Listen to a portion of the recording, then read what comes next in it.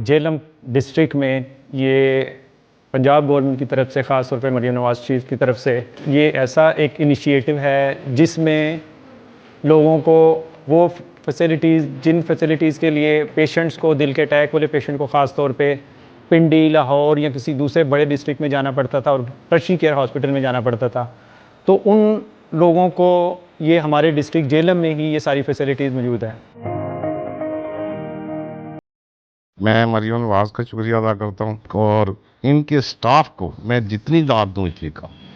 इतने मिलनसार, ऐसे पता चलता है जैसे घर के मेंबर।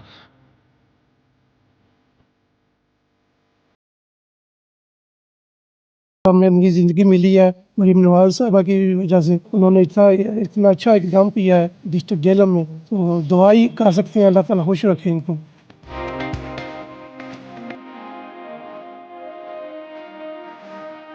मरियम नवाज़ का भी बहुत बहुत शुक्रिया अदा करते हैं कि उन्होंने हमारे लिए इतना बड़ा काम किया है। तो हम सब डॉक्टर साहब का भी, सबका बहुत बहुत शुक्रिया है।